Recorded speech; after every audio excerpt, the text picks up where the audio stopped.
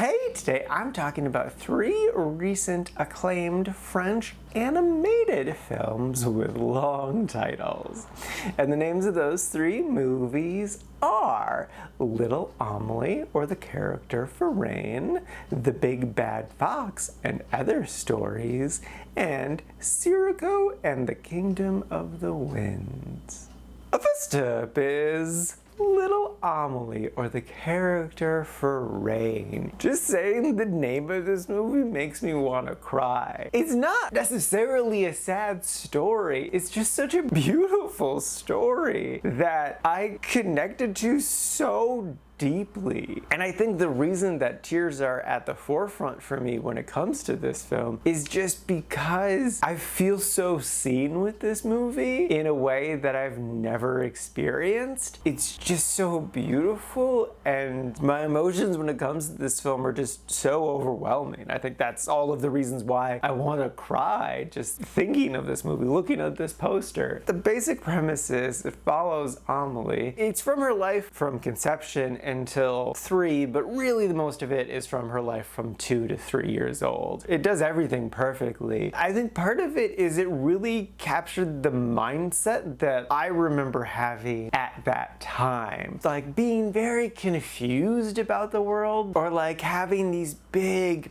passionate emotions of just loving things so dearly. And I loved that they made her so smart, like from the get-go. She's just like incredibly philosophical. A recurring thing that I love so much is that she refers to herself as God. Like, it's a fact, she is God. And there's reasons for it. And that leads to one of my favorite jokes too, because someone's like, oh, this is probably God's will. And she's like, I didn't will this to happen. And the adult is like, what? And it really does such a great job of capturing childlike wonder in a way that feels very unique and interesting. Like, there's so many films that try to capture that magic, and I think what works so well here is that they have her be disgusted and grossed out by stuff, but then still find it fun. Like, she hates koi fish, but then we also see like the reasoning for why she thinks they're dumb and stupid, and that makes so much sense that like nothing happens in a bubble, but like to adults they don't really understand it. This film also deals with a really interesting topic because it's set in 1969. The dad is the French ambassador to Japan, and the landlord for the house that they're staying at is a woman who blames all of Western society for what happened to them. So as much as like France was a victim during World War II, she still blames France for all of the bad stuff that happened to Japan. So it's dealing with this generational trauma. On top of that, one of the characters that Amelie really connects to is this woman who was around her age during World War II and lost her family during that time. So she's going through these big emotions and trying to heal from childhood trauma stuff. And that's just so incredibly beautiful. And that's really just like the B story compared to the main thing of Amelie trying to understand what existence is. And man, it's just so beautiful and something else. I really don't have the words to properly describe just how gorgeous this movie is from top to bottom. It's just unlike anything I've ever experienced, and I am gonna cherish this movie. It means the world to me. So yeah, no, I absolutely recommend this movie. It is just so unique and beautiful and something else. I don't necessarily guarantee you'll connect to it as hard as I did. I think if you have kids, especially if your kids are around this age, you'll definitely be able to latch onto a lot of it. But if you're able to see yourself in Amelie, I think you're in for just an incredibly emotional experience. So yes, no, I deeply love this movie and wholeheartedly recommend it. It is just incredible.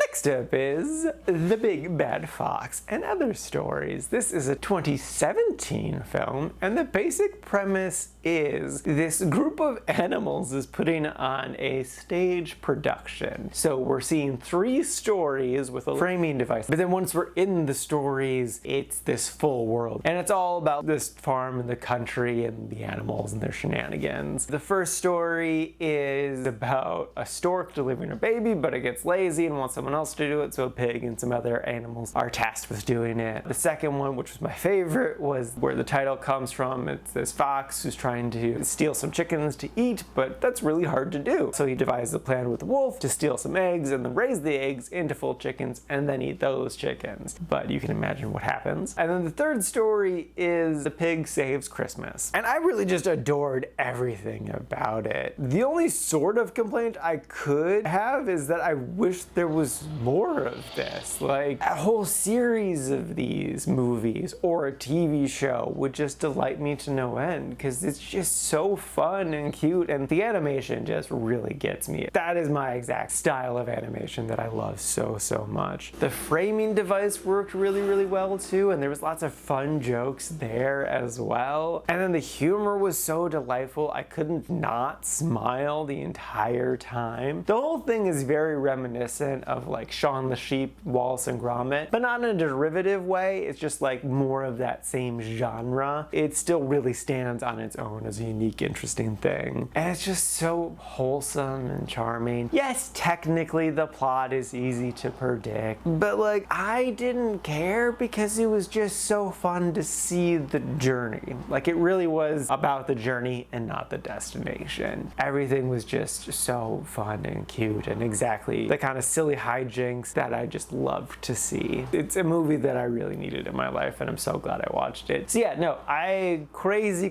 loved this movie and would wholeheartedly recommend it. It's so fun, it's so cute, it's so beautifully made. I just, yeah, no, love it to pieces, cannot recommend it enough.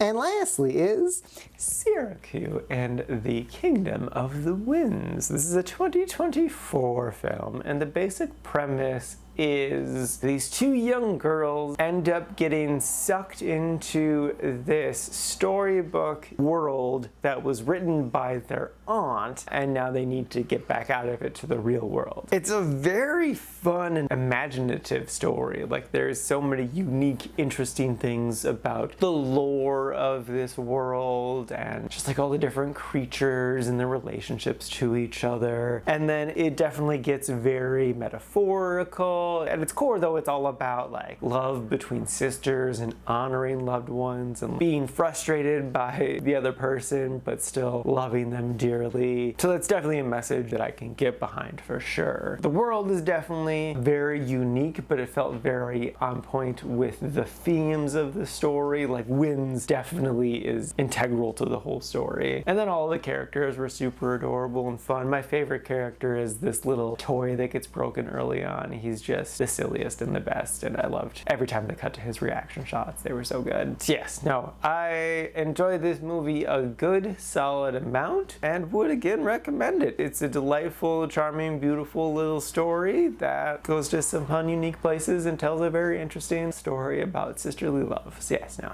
good film, would recommend. Alrighty, now for today's rankings. First up is little Amelie sitting at number 1 in the really like section. I could not put it there with just how much it's clearly affecting me. Like, I was working out a couple hours after watching it and I was struggling to hold back tears as I was sweating. It didn't matter the physical stuff I was going through, I was still just emotionally destroyed by this beautiful movie. So yes, it rightfully deserves the number 1 spot. After that, not that far behind, is The Big Bad Fox and Other Stories, sitting at number 6, again in the really like section. I thought it was going to be a standout and it was rare to break my top 10, but nope, apparently we had 2 top 10 ones this week. And then lastly is Sirocco and the Kingdom of the Winds, sitting at number 52 in the quite like section. That does feel like a long ways down, but that's just because the first 2 are so incredible. They're at the very top of my list, and this is near the top of the quite like section. There's just a lot of good movies so far this year. And this is out of a total of 126 old movies so far this year.